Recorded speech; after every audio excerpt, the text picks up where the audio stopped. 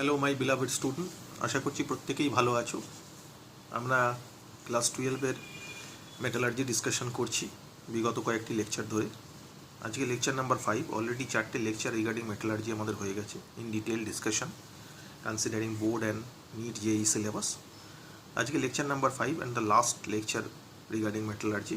আশা করছি প্রত্যেক লেকচারই যতটা সহজভাবে বোঝানো সম্ভব আমার পক্ষে চেষ্টা করা হচ্ছে সেইভাবে ইজিয়েস্ট ওয়েতে এক্সপ্লেন করার উইথ ম্যাক্সিমাম ইনফরমেশন। তো ক্লাসগুলো ভালো করে করবে, আর যারা আগের ক্লাস করোনি তারা আগের ক্লাসগুলো ফলো করবে ভালো করে। আমাদের ইউটিউব চ্যানেল IMI ক্লাসেসে আগের 4খানা লেকচার অলরেডি দেওয়া আছে। আজকে লেকচার নাম্বার 5 শেষ পর্যন্ত ভালো করে শুনবে, এবং আমি আগেও বলেছি প্রতিটা লেকচার ভালো করে 2-3 বার করে দেখতে হবে, তবেই কনসেপশনটা ক্লিয়ার হবে। Okay, so without wasting time we are discussing extraction of zinc. So extraction of zinc যেরকম আমরা নর্মালি পড়ছি, যে প্রথমে আমরা জানবো what are the ores of zinc, জিঙ্কের আকরিকগুলো কী কী, তারপরে তার কনজিকিউটিভ স্টেপস। তো এখানে আমরা জিঙ্কের যে সোর্সেসগুলো মানে ওরগুলো দিয়েছি, তার মধ্যে জিঙ্ক ব্লেড, ক্যালামাইন অ্যান্ড জিঙ্কাইট, এই 3টে মেজর সোর্স অফ জিঙ্ক দেওয়া আছে। এছাড়াও আরও আছে, আমি 3টে মেজর সোর্স দিয়েছি জিঙ্কে। এখন এখানে বলেছে জিঙ্ক আমরা বেসিক্যালি কী করবো, zinc is extracted by carbon reduction process from zinc blende by the following steps. আমরা জিঙ্ক ব্লেড থেকে জিঙ্ক এক্সট্রাক্ট করব, অবভিয়াসলি যেখানে কার্বন রিডাকশন প্রসেসটা ফলো হবে। তো আমাদের নর্মাল যে প্রসিডিওর, যে স্টেপ 1 ক্রাশিং অ্যান্ড গ্রাইন্ডিং, সেটা আমাদের করে নিতে হবে অ্যাজ ইউজুয়াল যেভাবে করতে হয়। সেকেন্ড স্টেপ হচ্ছে আমাদের কনসেন্ট্রেশন।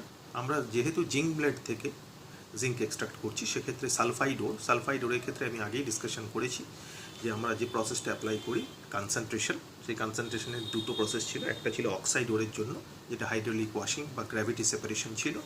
অবভিয়াসলি এখানে সেটা অ্যাপ্লিকেবল হবে না, তার কারণ এটা হচ্ছে সালফাইড ওর। সালফাইড ওর এক্ষেত্রে আমি ফ্লোটেশন প্রসেস বা অয়েল ফ্লোটেশন প্রসেস পড়িয়েছিলাম, তাতে বলেছিলাম যে সালফাইড ওরের সাথে water, pine oil or eucalyptus oil, তার সাথে সোডিয়াম জ্যানথেট, ক্রেজল, এগুলো মিশিয়ে ভায়া দ্য প্রসেস অফ কনসেন্ট্রেশন সেগুলোকে ওরটাকে কনসেন্ট্রেট করতে হয়। এগুলো অলরেডি ডিটেল ডিসকাশন হয়ে গেছে আমাদের আগের লেকচারগুলোতে। তো সেইভাবে এখানে আর সেই ডিটেল ব্যাপারটা বলিনি, এখানে বলেছি যে concentration, zinc blende is first concentrated by oil flotation বা ফ্লোটেশন প্রসেস। ঠিক আছে, যেহেতু এটা আমরা জেডএনএস থেকে এক্সট্রাক্ট করছি, ইটস আ সালফাইড ওর। তো যদি এটা ক্যালামাইন মানে কার্বনের থেকে এক্সট্রাক্ট হতো, সেক্ষেত্রে আমরা কিন্তু সালফাইড ওরের যে প্রসিডিওর কনসেন্ট্রেশন সেটা কিন্তু ফলো করতাম। ঠিক আছে, এবারে যেটা সেটা হচ্ছে কনসেন্ট্রেটেড ওর যেটা পেলাম, সেই কনসেন্ট্রেটেড ওরকে নিয়ে আমাদের পরের স্টেপ ছিল ক্যালসিনেশন আর রোস্টিং। এখানে কোনটা হবে? অবভিয়াসলি এখানে হবে রোস্টিং। রোস্টারের মধ্যে রোস্টিং করতে হবে। যদি আমার এটা কার্বনেট ওর হতো তাহলে কিন্তু আমাকে ক্যালসিনেশন করতে হতো।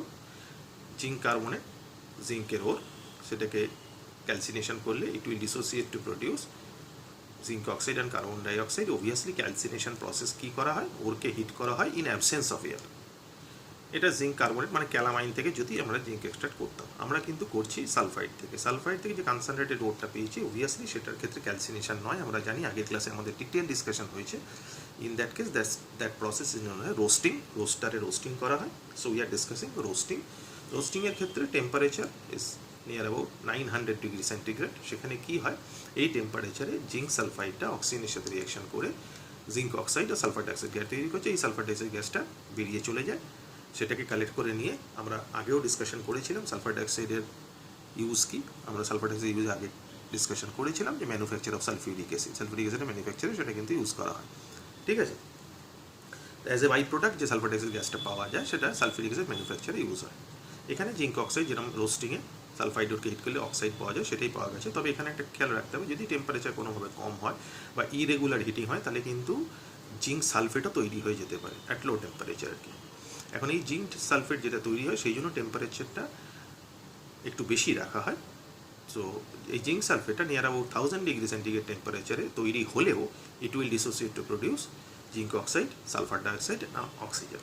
তাহলে টেম্পারেচারটা বেশি থাকলে এই সমস্যাটা ডেভেলপ করার কথা নয়, আমরা জিঙ্ক অক্সাইডই ওই জায়গা থেকে পাবো। ঠিক আছে, এটা রোস্টিং আমরা ডিসকাশন করেছি আগে, চাপের কিছু নেই, একই ব্যাপার, আলাদা কিছু নেই। এরপরে স্টেপ হচ্ছে রিডাকশান। অবভিয়াসলি আমরা জানি রিডাকশান প্রসেস, কারণ আমাদের প্রথম স্টেপ ছিল crushing and grinding, second step ছিল কনসেন্ট্রেশন, থার্ড স্টেপ ছিল ক্যালসিনেশন আর রোস্টিং, ফোর্থ স্টেপ ছিল এবার রিডাকশন। এখানে যে রিডাকশন প্রসেসটা ইউজ করা হয়, আমরা আগেই এলিংহ্যাম ডায়াগ্রাম যখন ডিটেল ডিসকাশন করেছিলাম তখন আমি দেখিয়েছিলাম যে জেনারেলি রিডিউসিং এজেন্ট হিসেবে কার্বন অথবা কার্বন মনোক্সাইড ইউজ হয়, কিন্তু জিঙ্কের গ্রাফ দিয়ে, আয়রনের গ্রাফ দিয়ে, মানে জিঙ্কের ওরের গ্রাফ দিয়ে, জিঙ্ক অক্সাইডের গ্রাফ দিয়ে বা আয়রন অক্সাইডের গ্রাফ দিয়ে আমি দেখিয়েছিলাম কিন্তু কার ক্ষেত্রে কোন রিডিউসিং এজেন্ট লাগে। যেমন আয়রন অক্সাইডের ক্ষেত্রে বেস্ট ফিট রিডিউসিং এজেন্ট ছিল carbon monoxide, we discussed in our previous lecture as well as in Ellingham diagram. আর জিঙ্ক অক্সাইডের কেসে বেস্ট ফিট রিডিউসিং হচ্ছে carbon. So obviously that's why the process is known as carbon reduction process, although it is known as smelting. কী করা হয় এই প্রসেসে? এই প্রসেস যেটা করা হয় সেটা হচ্ছে যে টেম্পারেচার নিয়ার অ্যাবাউট 1300 ডিগ্রি সেন্টিগ্রেডে নিয়ে কার্বন দিয়ে জিঙ্ক অক্সাইডকে হিট করা হয়।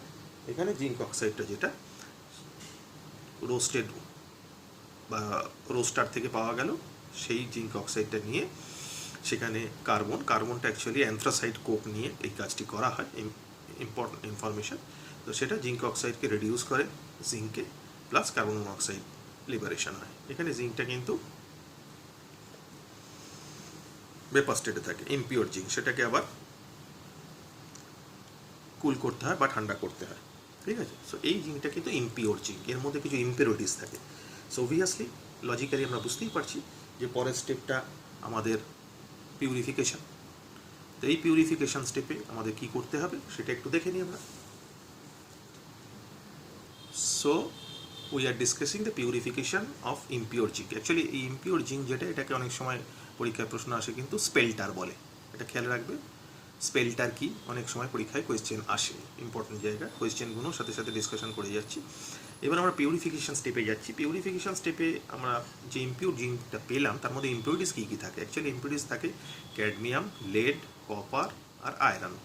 এন্ড এই পিউরিফিকেশন দুটো প্রসেসে করা যেতে পারে, একটা ডিস্টিলেশন, একটা ইলেকট্রোলাইসিস। আমরা এখানে ডিস্টিলেশনটা ডিসকাশন করব, ইলেকট্রোলাইসিস আমি আগে ডিসকাশন করেছি, ঠিক আছে। তো সুতরাং সেটা নিয়ে একই প্রসেসে ইলেকট্রোলাইসিস হবে, সেটা নিয়ে এখানে ডিসকাশন করছি না। যেহেতু ডিস্টিলেশনটা আগে ডিসকাশন করিনি সেই জন্য আমাকে এখানে আমি ডিস্টিলেশনটা ডিসকাশন করব। ইলেকট্রোলাইসিস সেই একই ব্যাপার, একটা পিওর জিঙ্কটা, এখানে যেহেতু জিঙ্কের এক্সট্রাকশন করছি, পিওর জিঙ্কটা আমি একবার রিপিট করে দিচ্ছি। পিওর জিঙ্কটা ক্যাথোড হিসেবে নেব, ইমপিওর জিঙ্কটা অ্যানোড হিসেবে নেব। ইলেকট্রোলাইটিক সলিউশনের মধ্যে আমার কোনো জিঙ্কের সল্ট প্লাস সালফিউরিক অ্যাসিড নেব, নিয়ে কাজটা করবো। এই একই প্রসেস যেটা আগের লেকচারে আমি ডিসকাশন করেছি, সেই জন্য সেটা এখানে আর ডিসকাশন করছি না। একই প্রসেস ওইভাবেই হবে, জাস্ট ইলেকট্রোলাইট আর ইলেকট্রোডস কোনো পাল্টাবে। এখানে যেহেতু আমরা ইলেকট্রোলাইসিস আগে ডিসকাশন করেছি সেই জন্য আমরা এখানে ডিস্টিলেশনটা ডিসকাশন করছি। ডিস্টিলেশন প্রসেস কী করা হয়? জিঙ্কের মেল্টিং পয়েন্ট খুব কম, সেই জন্য এই ডিস্টিলেশন প্রসেসটা ইউজ করা হয়। এর মধ্যে যে ইম্পিউরিটিস থাকে ক্যাডমিয়াম, লেড, কপার আর আয়রন, অবভিয়াসলি আয়রন আর কপারের মেল্টিং পয়েন্ট অনেক বেশি, সেই জন্য এটাকে প্রথমে কী করা হয় 923 ডিগ্রি সেন্টিগ্রেড টেম্পারেচারে ডিস্টিল করা হয়। তার ফলে বেরিয়ে চলে আসে কারা? জিঙ্ক আর ক্যাডমিয়াম, কারণ এদের মেল্টিং পয়েন্ট কম। পড়ে থাকে কারা? কপার আর আয়রন। তাহলে কপার আর আয়রন অবভিয়াসলি সেপারেশন হয়ে গেল, এখান থেকে মিক্সচার থেকে সেপারেট হয়ে গেল, ফ্র্যাকশনাল ডিস্টিলেশন প্রসেস, আংশিক পাতন পদ্ধতি জানো। এবার এটাকে নিয়ে আবার ডিস্টিল করা হবে অ্যাট 767 ডিগ্রি সেন্টিগ্রেড টেম্পারেচারে। সেক্ষেত্রে ক্যাডমিয়ামটা পড়ে থাকবে, জিঙ্কটা বেরিয়ে চলে আসবে। এইভাবে আমরা ডিস্টিলেশন, রাদার ফ্র্যাকশনাল ডিস্টিলেশন প্রসেসে আমরা কিন্তু জিঙ্কটাকে পিউরিফাই করে নিতে পারি from cadmium, lead, copper and iron. Okay, simple, কিছু নেই। আরেকটা ইম্পর্টেন্ট জায়গা যেটা, সেটা জিঙ্কের ইউজেসগুলো কিন্তু প্রচণ্ড ইম্পর্টেন্ট, খেয়াল রাখবে। জিঙ্কের অনেক ইউজ আছে, প্রচুর জায়গায় জিঙ্কের ইউজ হয়। যেমন গ্যালভানাইজেশন, আমরা জানি এই রাস্টিং মানে লোহার ওপর যে মরচে পড়ে বা অন্যান্য জায়গায় সারফেসটাকে প্রোটেক্ট করার জন্য গ্যালভানাইজেশন প্রসেস ইউজ করা। গ্যালভানাইজেশন মানে হচ্ছে তার উপরে একটা জিঙ্কের লেয়ার দেওয়া হয়, that is the process which is known as galvanisation. এছাড়া জিঙ্ক ইউজ হয় পেন্টস, ডাই স্টাফ, কেমিক্যালসেও জিঙ্কের ইউজ হয়। মেডিসিনেও জিঙ্কের ইউজ হয়, যেমন ক্যালামাইন আর কি, জিঙ্ক কার্বনেট, যেটা আমাদের ওই স্কিনের ডিজিজ হয় তার জন্য একটা ক্যালামাইন লোশন পাওয়া যায়, শুনেছ অনেকে নিশ্চয়ই। এই ক্যালামাইন অ্যাকচুয়ালি জিঙ্ক কার্বনেট থাকে।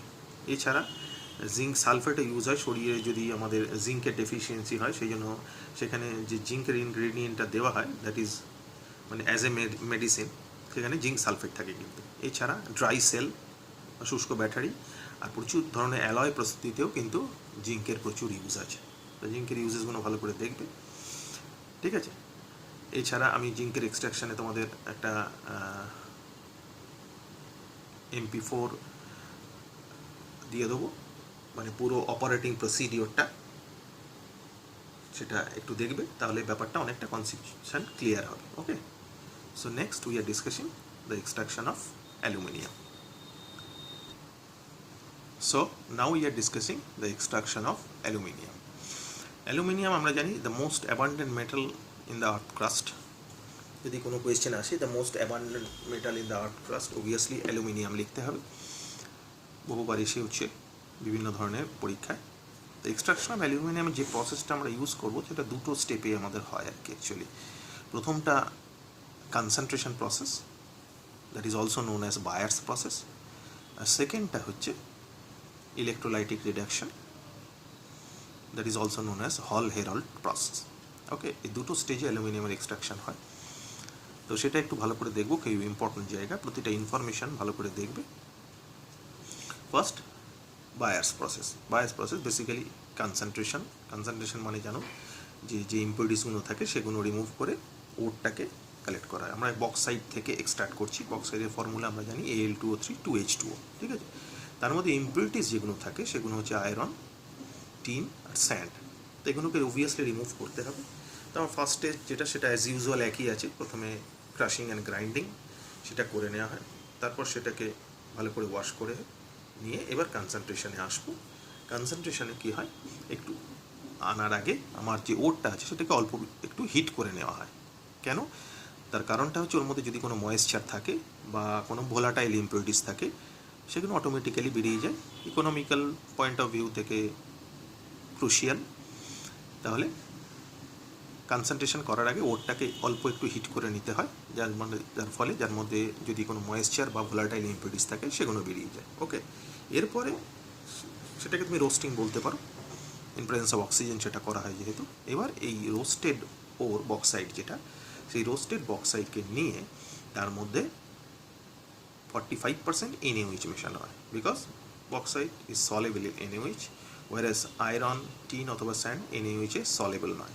সেই কারণের জন্য NaOH কেন নেওয়া হলো, তার পেছনে কারণটা কি? বেসিক্যালি কারণটা এটা, কারণ আমাকে অ্যালুমিনিয়াম সেপারেট করতে হবে, এক্সট্রাক্ট করতে হবে অ্যালুমিনিয়াম। সেক্ষেত্রে অ্যালুমিনিয়ামটাকে আলাদা করে নিতে হবে অন্যান্য ইম্পিউরিটিস থেকে। এগুলো তো ভোলাটাইল ইম্পিউরিটিস নয়, সেক্ষেত্রে এগুলো হিট করলে বেরোবে না, এগুলো এর সাথে লেগেই আছে। তো রোস্টেড ওরের মধ্যে এগুলো অলরেডি আছে, তো সেগুলোকে নিয়ে 45% NaOH নিয়ে সেটাকে ডিসলভ করা হয় at a temperature 150 degree centigrade, এবং এই প্রসেসটা 80 পাউন্ডাল প্রেশারে 7 থেকে 8 ঘন্টা ধরে চালানো হয়। ওকে, 7 to 8 আওয়ার্স এটা এই প্রসেসটা কন্টিনিউ করা হয়। প্রসেসটা 7 to 8 আওয়ার কন্টিনিউশন হওয়ার পর এই অ্যালুমিনা যেটা আছে সেটা NaOH সলেবল হয়ে যায়, দিয়ে তৈরি করে sodium aluminate, NaAlO2। This B your reaction. তার সাথে ওয়াটার তৈরি, অবভিয়াসলি এই সলেবল ফর্মে থাকে সোডিয়াম অ্যালুমিনেট, আর ইনসলেবল পোর্শনে থাকে আয়রন, টিন এবং স্যান্ড। অবভিয়াসলি সেপারেশন প্রসেসটা ইজি হয়ে গেল, কাজটা অটোক্লেভে করা হয়। এই কাজটা হয়ে যাওয়ার পর 7 to 8 আওয়ার্স এই কাজটা কমপ্লিট হয়ে যাওয়ার পর সেটাকে ফিল্টার করা হয়। ফিল্টার করলে কী হয়, ফিল্ট্রেটের মধ্যে যেটা সলেবল পার্ট সেটা চলে আসে, ইট মিনস সোডিয়াম অ্যালুমিনেট চলে আসে, আর ফিল্টার পেপারের মধ্যে পড়ে থাকে যে ইম্পিউরিটিসগুলো such as iron, tin, sand, এইগুলো ফিল্টার পেপারের মধ্যে পড়ে থাকে।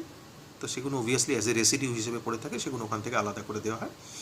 এবার ফিল্ট্রেটটা নিয়ে আমাদের নেক্সট স্টেপে যেতে হয়। নেক্সট স্টেপ হচ্ছে যে সোডিয়াম অ্যালুমিনেটটা পাওয়া গেলে সেটাকে হাইড্রোলাইসিস করতে হবে নিয়ার অ্যাবাউট 25 to 45 ডিগ্রি সেন্টিগ্রেডের মধ্যে। সেটাকে হাইড্রোলাইসিস করলে sodium aluminate will hydrolyse to produce a white gelatinous precipitate of aluminium hydroxide. Aluminium হাইড্রোক্সাইডের একটা সাদা আঠালো অদক্ষেপ তৈরি হয়, প্লাস NaOH তৈরি হয়। এই NaOHটা আবার ইউজ হয়, ইটস আ গুড ওয়ান। তো এইখানে যে প্রেসিপিটেটটা পড়লো অ্যালুমিনিয়াম হাইড্রোক্সাইড, সেই অ্যালুমিনিয়াম হাইড্রোক্সাইডটাকে ফিল্টার করবো অবভিয়াসলি। ফিল্টার করে নিলে আমার রেসিডিউ পার্ট যেটা, মানে ফিল্টার পেপারের মধ্যে অবভিয়াসলি অ্যালুমিনিয়াম হাইড্রোক্সাইড পড়ে থাকে। আমরা মনে রাখতে হবে এটা কিন্তু আমরা একটা ইন্ডাস্ট্রিয়াল প্রসেস করছি, সেক্ষেত্রে কোনো ল্যাবরেটরিতে ফিল্টার করছি না বা ল্যাবরেটরিতে এই কাজটি করছি না, এটা একটা লার্জ স্কেল প্রসেস। সেইভাবে করসপন্ডিং ইনস্ট্রুমেন্টগুলো সেট করা হয়, সেইভাবে বাকি কাজগুলো করা হয়। তো এই যে অ্যালুমিনিয়াম হাইড্রোক্সাইডে যে হোয়াইট জিলেটিনাস প্রেসিপিটেট পড়লো সেটাকে ফিল্টার করে নিলে ফিল্টারটা আলাদা হয়ে গেল, রেসিডিউয়ের মধ্যে এই পার্টটা পড়ে আছে। এবার এই পার্টটা যেটা অ্যালুমিনা হাইড্রোক্সাইড পেলাম সেই অ্যালুমিনিয়াম হাইড্রোক্সাইডটাকে নিয়ে আলাদা করে 1100 degree near about 1100 degree centigrade টেম্পারেচারে হিট করলে এটা ডিসোসিয়েট করে যায়। ডিসোসিয়েট করে তৈরি করে পিওর অ্যালুমিনা তৈরি হয়, তার সাথে ওয়াটার ভেপার বেরোয়। ঠিক আছে, this be the process which is known as Bayer's process. So it is also known as concentration.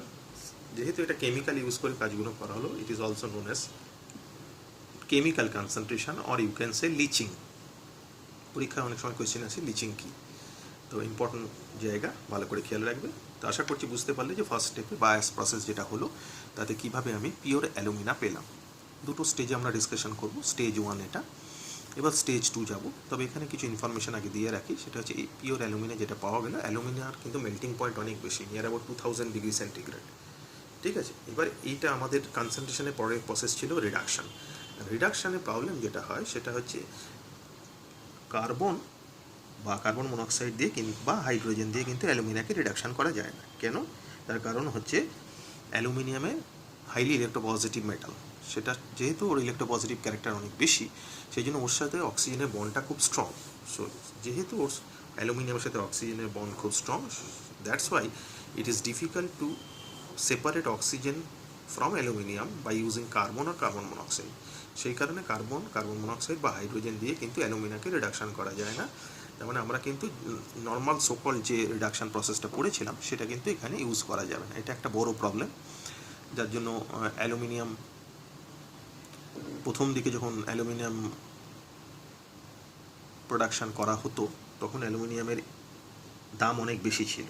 তার কারণটাই এটা আর কি, যে অ্যালুমিনিয়াম এক্সট্রাক্ট করতে হলে প্রচুর কস্ট পড়তো। ন্যাচারালি সেটা প্রোডাকশানে যদি প্রচুর কস্ট পড়ে তাহলে ন্যাচারালি তার দামও খুব বেশিই হবে। তো সেই কারণে তখন অ্যালুমিনিয়াম এইভাবে এক্সট্রাক্ট করা যেত না। তার উপর এবার টেম্পারেচারটা অনেক বেশি। এবার ইলেকট্রোলাইসিস করে যদি আমি সেটাকে করতে যাই, ইলেকট্রোলাইটিক রিডাকশান আর কি, সেখানেও টেম্পারেচার 2000 ডিগ্রি সেন্টিগ্রেড, এবং এই টেম্পারেচারে নিয়ে Al2O3 দিয়ে তাকে ইলেকট্রোলাইসিস করে অ্যালুমিনিয়াম এক্সট্রাকশনে গেছে দুটো প্রবলেম দাঁড়াবে। এক হচ্ছে 2000 ডিগ্রি সেন্টিগ্রেড টেম্পারেচারে আনা মানে প্রচুর ফুয়েল লাগবে, কস্টিং অনেক বেশি বেড়ে যাবে। ইকোনমিক্যাল পয়েন্ট অফ ভিউ থেকে that process is not a good one. 2 নম্বর হচ্ছে এত হাই টেম্পারেচারে যে অ্যালুমিনিয়াম যদি তৈরি হয় সেটা ভেপার স্টেটে চলে যাবে। So it is difficult to collect that aluminium.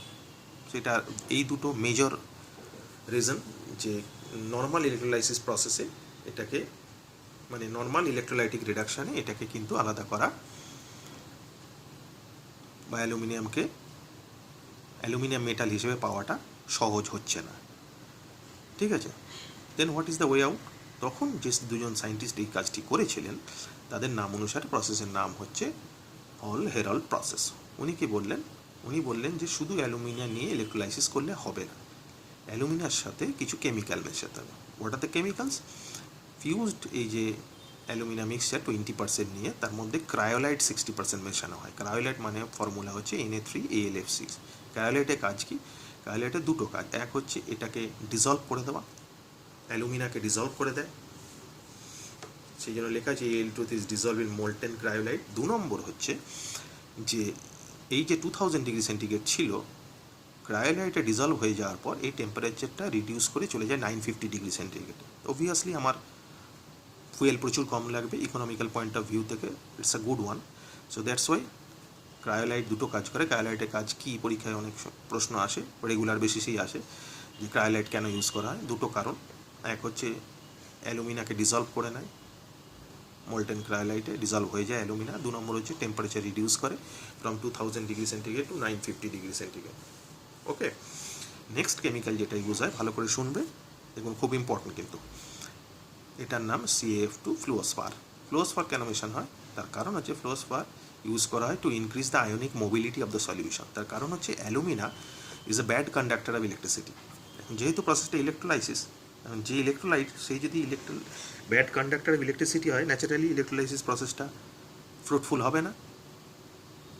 So we have to increase the ionic mobility of the solution. সেই কারণের জন্য ক্যালসিয়াম ফ্লোরাইড মেশানো হয়। ক্যালসিয়াম ফ্লোরাইড বেসিক্যালি মেশাবার প্রধান কারণ যেটা, it will increase the ionic mobility of the solution. Solution ionic mobility বাড়ালে electrolysis প্রসেসটা তাড়াতাড়ি হয় এবং আমার production economical point of view থেকে ঠিকঠাক হয়। ঠিক আছে, আরেকটা যেটা সেটা হচ্ছে ক্যালসিয়াম ফ্লোরাইডের মধ্যেও কিন্তু অ্যালুমিনা ডিজলভ করে, এটা খেয়াল রাখতে হবে। So that's why the process is electrolytic reduction. এবার কী কী কেমিক্যাল মেশালাম অ্যালুমিনার সাথে, কেন মেশালাম, তার ডিটেল ডিসকাশন করলাম। যদিও এর অপারেশন প্রসিডিওরটার MP4 গ্রাফিক্সের আমি একটা ভিডিও তোমাদের দিয়ে দেবো, সেখানে পুরো অপারেশন প্রসিডিওরটা দেখলে কনসেপশনটা অনেক ক্লিয়ার হয়ে যাবে। এরপরে যেটা সেটা হচ্ছে সেকেন্ড স্টেপ, যে এই যে কেমিক্যালসগুলো মেশালাম এগুলো নিয়ে কোথায় ইলেকট্রোলাইসিস করবো। অ্যাকচুয়ালি যেটা করা হয় সেটা হচ্ছে একটা স্টিল ট্যাঙ্ক। স্টিল ট্যাঙ্কের একটা স্টিল ট্যাঙ্ক নেওয়া হয়, যার তলার পোর্শনে একটা পোর্স থাকে। স্টিল ট্যাঙ্কের ভেতর দিকে একটা কার্বনের কোটিং দেওয়া থাকে, আর স্টিল ট্যাঙ্ক যেটা সেটা ইটসেলফ ক্যাথোড, আর স্টিল ট্যাঙ্কের ওপর থেকে গ্রাফাইট অ্যানোড হিসেবে গ্রাফাইটের রডগুলো ঝুলবে। এইভাবে পুরো সেটআপটা সেট করা হয়। এবার ওই স্টিল ট্যাঙ্কের মধ্যে এই মিক্সচারটা নিয়ে ইলেকট্রোলাইসিস করা হয়। এবার ইলেকট্রোলাইসিস হলে অ্যালুমিনিয়াম যেহেতু ইলেকট্রোপজিটিভ মেটাল, তার মানে ওটা ক্যাথোডে গিয়ে জমবে। ক্যাথোডটা কী বললাম, স্টিল ট্যাঙ্কটাই ক্যাথোড, তাহলে ট্যাঙ্কের মধ্যে গিয়ে জমবে। ট্যাঙ্কের মধ্যে জমবে মানে ট্যাঙ্কের তলার দিকে গিয়ে জমবে। তলায় বললাম একটা পোর্ট রাখা আছে, সেই পোর্টটা খুলে আস্তে আস্তে অ্যালুমিনিয়াম, মোল্টেন অ্যালুমিনিয়াম ওখান থেকে বার করে নেওয়া হয়। এই হচ্ছে প্রসিডিওর। ওকে, তাহলে মেশালাম ফিউজড অ্যালুমিনা, ক্রায়োলাইট আর ফ্লোরোস্পার। টেম্পারেচার অবভিয়াসলি একটু আগেই বললাম 900 ডিগ্রি থেকে 950 ডিগ্রি সেন্টিগ্রেড টেম্পারেচার রিয়াকশনটা করা হয়। Now what about the reactions? Alumina will dissociate to produce Al3+ and 3O2-।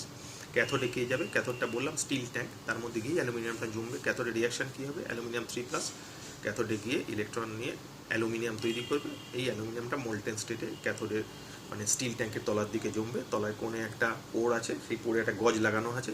কিছুক্ষণ প্রসিডিওরটা চলার পর যখন বেশ খানিকটা লেভেল মোল্টেন অ্যালুমিনিয়াম বেড়ে যাবে, তখন ওই গজটা খুলে অ্যালুমিনিয়াম মেটালটা এক্সট্রাক্ট করে নেওয়া হবে। আমি এটা বললাম MP4 আমি পাঠাবো, তাহলে পুরো প্রসিডিওরটা ব্যাপারটা বুঝতে পারবে। এখানে পুরো মেকানিক্যাল, কেমিক্যাল আর কন্ডিশনাল ডিটেলগুলো আমি এক্সপ্লেন করছি। এরপরে যেটা সেটা হচ্ছে অ্যানোডের রিয়াকশন কী হবে। অ্যানোডে O2- যাবে, দুটো ইলেকট্রন ছেড়ে দিয়ে O+O অ্যানোড থেকে অক্সিজেন গ্যাস বেরোবে। সো দিস ইজ হল Heroult process which is very very important. তাহলে বক্সাইট থেকে অ্যালুমিনিয়াম এক্সট্রাকশন দুটো স্টেজে হয়। Stage 1, preparation of pure alumina from bauxite. The process is known as Bayer's process, which is also known as chemical concentration process or leaching. Second process হচ্ছে pure alumina থেকে pure aluminium extraction. The process is known as Hall-Héroult process. It is also known as electrolytic reduction. তাতে কী কী ingredient মেশানো হয়, কেন মেশানো হয়, detail discussion করলাম। খুব ক্রুশিয়াল জায়গা, ভালো করে দেখবে। এখানে যে অ্যালুমিনিয়ামটা পাওয়া যায় সেই অ্যালুমিনিয়ামের purity 99%. So aluminium obtain in this process is pure 99%, enough for ordinary use. Ordinary ইউজের জন্য ইট ইজ এনাফ 99% অ্যালুমিনিয়াম। ওকে, আশা করছি প্রত্যেকেই ভালো করে বুঝতে পেরেছি অ্যালুমিনিয়াম এক্সট্রাকশন কীভাবে হয়, কেন হয়, কোন কোন স্টেপে হয়, সেই স্টেপে কন্ডিশনগুলো কী কী, কোন কোন কেমিক্যাল ইউজ করা হয়, কেন কেমিক্যাল ইউজ করা হয়, প্রত্যেকটা ডিটেল আমি ডিসকাশন করলাম। ডিটেলে ভালো করে দেখবে ভিডিওটা বারবার, তাহলে কনসেপশনটা পরিষ্কার হবে এবং যে কোনো প্রশ্নের উত্তর রিগার্ডিং অ্যালুমিনিয়াম এক্সট্রাকশন আনসার করতে পারবে। ওকে, এরপরে যেটা সেটা হচ্ছে রিফাইনিংয়ের কেসে আমি একটা ইনফরমেশান তোমাদের দিয়ে রাখছি। NCERT পেজ নাম্বার 164-এ একটু রিফাইনিংয়ের প্রসেসগুলো দেখে নেবে। কিছু রিফাইনিং তো আমি আগেই ডিসকাশন করলাম, যেমন জিঙ্কের রিফাইনিং ডিসকাশন করলাম, তার আগে আয়রনের রিফাইনিং ডিসকাশন করেছি, তো সেইগুলো একটু দেখবে। এখানে তবু আমি ইনফরমেশান দিয়ে রেখেছি NCERT পেজ নাম্বার 164। কারণ আমি NCERT পুরো বেস করে প্লাস কিছু এক্সট্রা ইনফরমেশান দিয়ে পুরো স্টাডি ম্যাটটা তৈরি করে তোমাদের পড়াচ্ছি। Because board as well as NEET যে সিলেবাসটা NCERT বেসড করে হয়, NTA সেইভাবেই প্ল্যান প্রোগ্রাম করে কোয়েশ্চেন ফ্রেম করে, তো সেই জন্য পুরো NCERTটা ভালো করে কিন্তু তৈরি করতে হবে প্রত্যেককে, সেটা আগে থেকেই মাথায় ঢুকিয়ে রাখবে। ওকে, তাহলে NCERT পেজ নাম্বার 164-এ দেখে নেবে। To remove impurities for obtaining metal of high purity, যে প্রসেসগুলো ডিস্টিলেশন একটু আগে ডিসকাস করলাম, লিকুয়েশনটা দেখবে, ইলেকট্রোলাইসিস আমি ডিসকাস করেছি আগে, জোন রিফাইনিং দেখবে, ভেপার ফেজ রিফাইনিং দেখবে, আর ক্রোমাটোগ্রাফিক মেথড দেখবে। এই কটা মেথড NCERT-তে দেখবে। আশা করছি ব্যাপারগুলো তোমার কাছে অনেকটা পরিষ্কার হয়ে যাবে। তার মধ্যে আমি অলরেডি ডিস্টিলেশন, ইলেকট্রোলাইসিস এগুলো সব ডিসকাস করে দিয়েছি আমি। ওকে, এরপরে যেটা কিছু এক্সট্রা ইনফরমেশান রিগার্ডিং মেটালার্জি তোমাদের আমি দিয়ে রাখছি, যেগুলো র্যান্ডামলি পরীক্ষায় আসে। That is mineral wealth of ইন্ডিয়ার মিনারেল ওয়েলথ কী আছে, পরীক্ষায় নাম দিয়ে ফর্মুলা দিতে পারে বা ফর্মুলা দিয়ে নাম যাইতে পারে। Okay, haematite, bauxite, pyrolusite, MnO2, chromite, FeCr2O4, gypsum, CaSO2, mica, calcite and dolomite, calcite CaCO3, dolomite CaCO3, MgCO3, এছাড়া coal, magnetite Fe2O3 and galena PbS। ঠিক আছে, এইগুলো হচ্ছে ইন্ডিয়ার মেন মিনারেল ওয়েলথ। ওকে, এগুলো একটু ভালো করে দেখবে, এই রিলেটেড কিন্তু পরীক্ষায় প্রশ্ন আসে। এছাড়া আমরা যেটা দেখতে হবে এক্সট্রা আরেকটা ইনফরমেশন তোমাকে দেবো আমি, সেটা হচ্ছে বিভিন্ন ধরনের অ্যালয়। আমি একটা অ্যালয়ের লিস্ট তৈরি করেছি মোটামুটি, তো সেইগুলো দেখলে আশা করছি তোমার 90% কাজ হয়ে যাবে। সেগুলোই ঘুরিয়ে ফিরিয়ে বিভিন্ন পরীক্ষায় কোয়েশ্চেন্স আছে, তো সেগুলো দেখলে মোটামুটি তোমার অনেকটা কনসেপশন ক্লিয়ার হয়ে যাবে। So let us see some important alloy and their uses. তো আমি এইভাবে একটা টেবিল করেছি যাতে তোমাদের বুঝতে সুবিধা হয়, মনে রাখতেও সুবিধা হয়। Some important alloy and their uses. Brass, তাদের copper 70%, zinc 30% for making utensils, bronze, copper 92%, tin 8% for making idols, German silver, copper 50%, zinc 30%, nickel 20% for making utensil and ornaments, magnesium, aluminium 98%, magnesium 2% for making scientific instrument, duralumin, aluminium 95%, magnesium 1.5%, copper 3.5% for making motor parts, nichrome 1 to 4% nickel, 0.5 to 2% chromium and rest iron কি তৈরি করতে কাজে লাগে, conducting wires, alnico, nickel 20%, aluminium 12%, কোবাল 5%, iron 63% for making permanent magnet. Important কিন্তু যে কটা বলছি প্রতিটাই পরীক্ষায় বিভিন্ন ধরনের পরীক্ষা কোয়েশ্চেন এসছে এবং এইটাগুলো থেকেই বেশি কোয়েশ্চেন আছে। সেই একটা বলতে পারো সাজেশান হিসেবে আমি যে অ্যালয়গুলো লাগবে সেগুলো দিয়ে দিয়েছি। Stainless steel 10 to 15% chromium, carbon 0.3%, silicon 0.7%, 84% iron for making utensils, Invar 30 to 36% nickel, iron 66% for making instruments, 18-8 steel, যেমন chromium 18%, nickel 8% আর iron 74% obviously for making instrument, miss metal, iron, miss metal, iron 30%, cerium 70% for making stone and gas lighter, type metal, lead 75%, tin 5%, antimony 20% for making the preparation of leather and for printing press, bell metal, copper 70 to 80%, tin 20 to 25% for the preparation of bell, coins and idols, solder, lead 50%, tin 50% for sealing metal pots, Britannia, tin 93%, antimony 5%, copper 2% for making utensils, candlesticks, electron, aluminium 9.5%, yttrium 5%, niobium 3%, gold 1%, silver 2.5%, gadolinium 1.3%, zinc 0.9%, etc.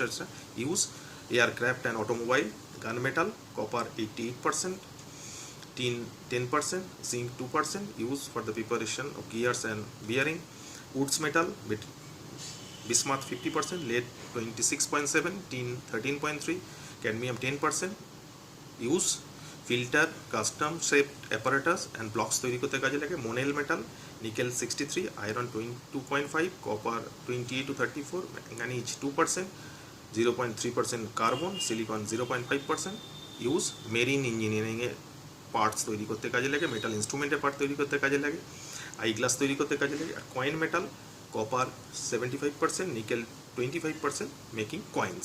So মোটামুটি এই 20টা আমি তৈরি করেছি as a suggestion হিসেবে for alloy. এগুলো ভালো করে দেখবে, আশা করছি প্রচুর কাজে দেবে। ওকে, তো আজকে মেটালার্জি আমাদের শেষ হয়ে গেল, এই পর্যন্ত লেকচার 5 কমপ্লিট হলো। আশা করছি প্রত্যেকের ভালো লেগেছে, বুঝতে পেরেছো।